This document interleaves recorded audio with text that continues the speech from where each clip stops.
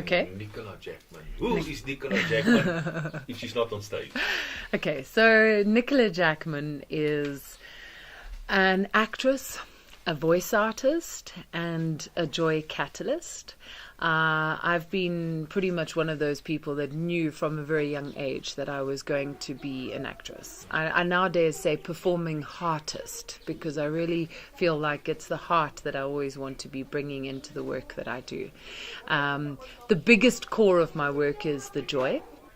Almost every single work, piece that I take on, whether it's the performance pieces like MAfrika that I do, or the joy for corporates and communities and the care clouding in the hospitals, it all comes back down to bringing and enthusing love and joy. So Nicola's a catalyst for love and joy in the world.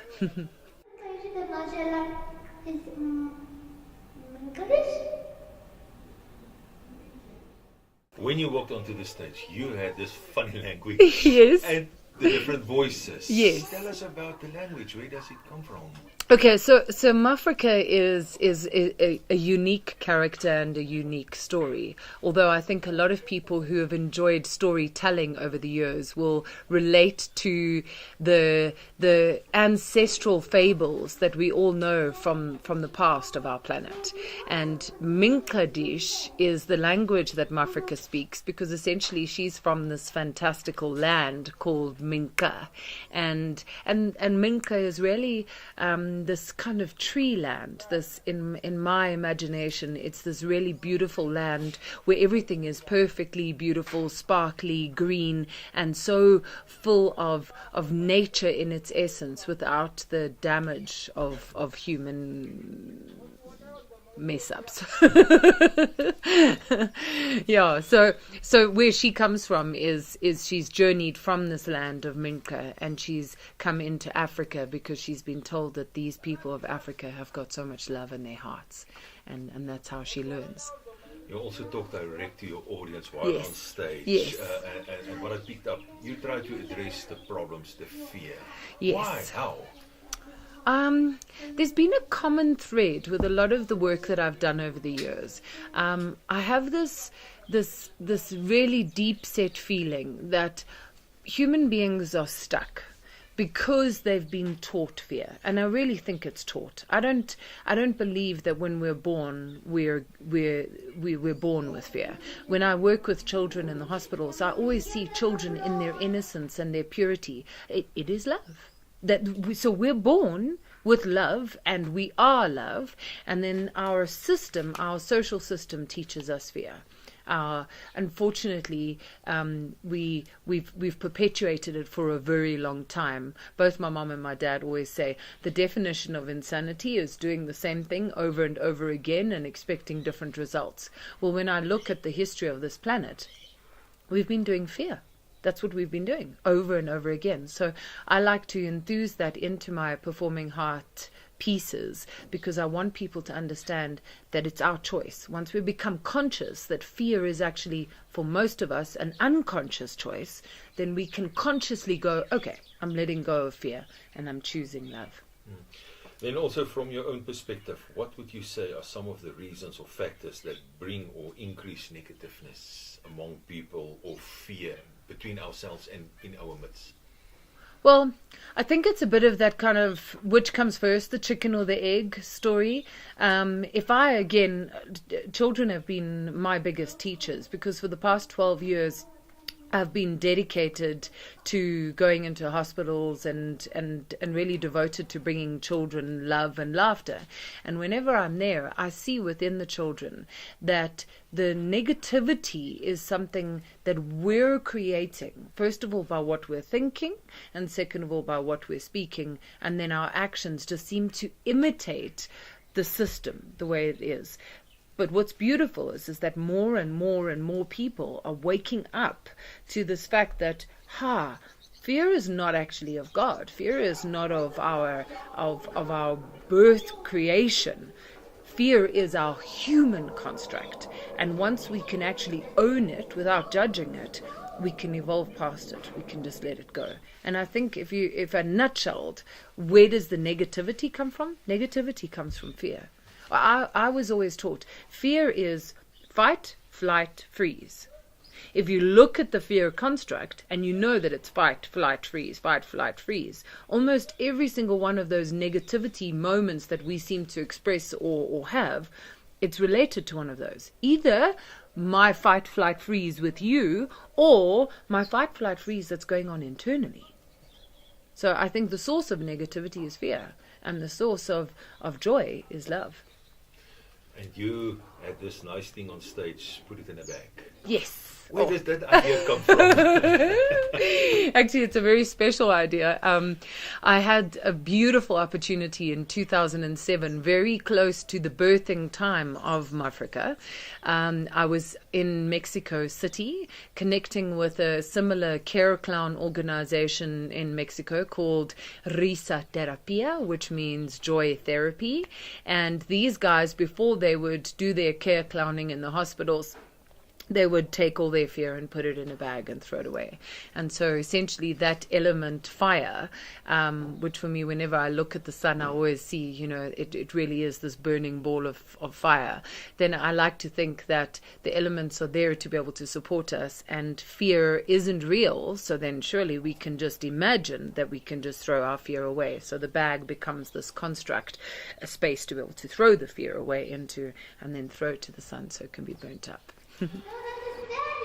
Nikky, when you walked onto stage last week, yes, there were two voices, this young, innocent, scary girl, and the very next voice, this authority, intimidating voice. Tell us a little bit about that part of you. Okay, so in the MAfrika story, I feel very blessed, first of all, to be the MAfrika character.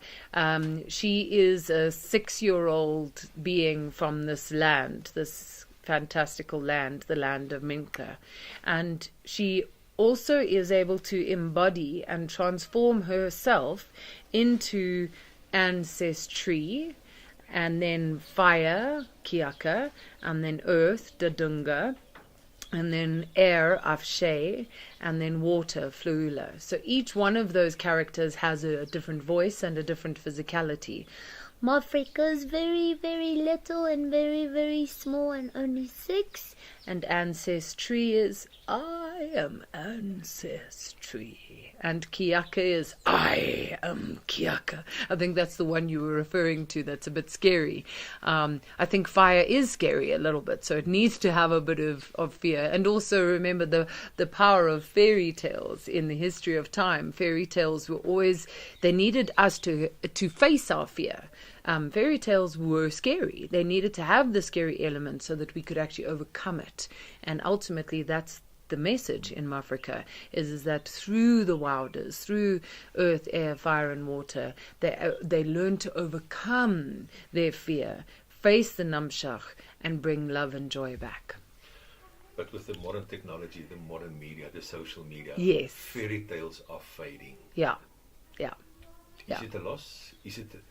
Do we need fairy tales? I think we need fairy tales, and I also think that there are just new ways of engaging audiences. Instead of being, fear. Instead of me as a performing artist going fight, flight, freeze because of the system, I'm going, all right, if the system is transforming and people are going, all right, I prefer TV, then that's fine. I'm going to bring the story to TV.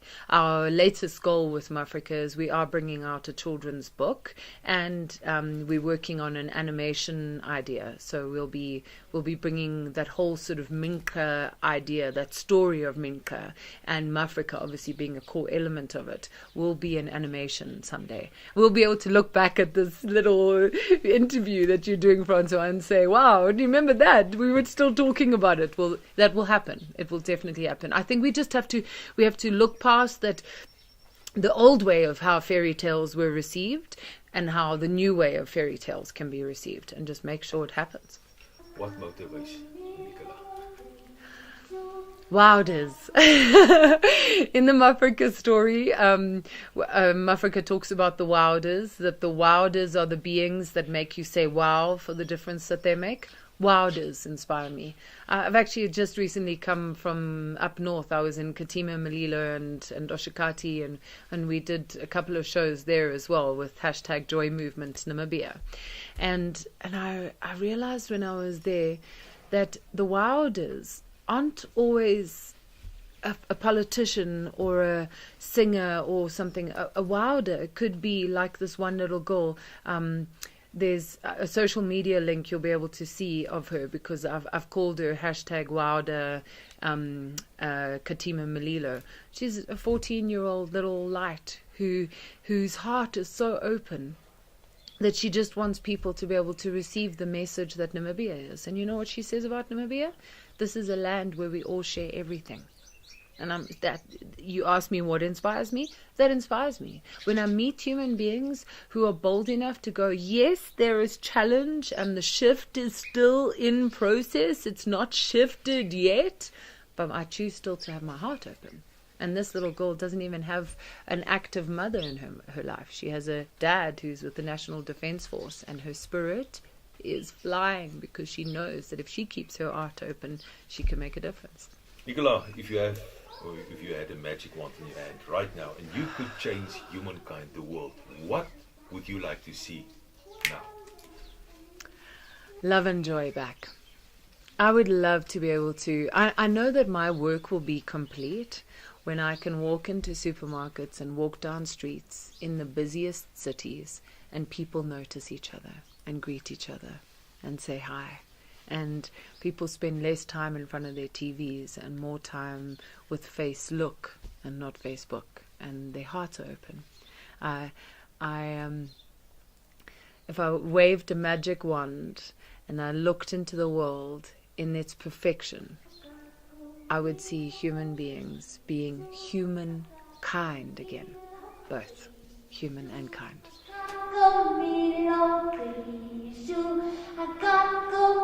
Should we go very fast? Are you ready? I got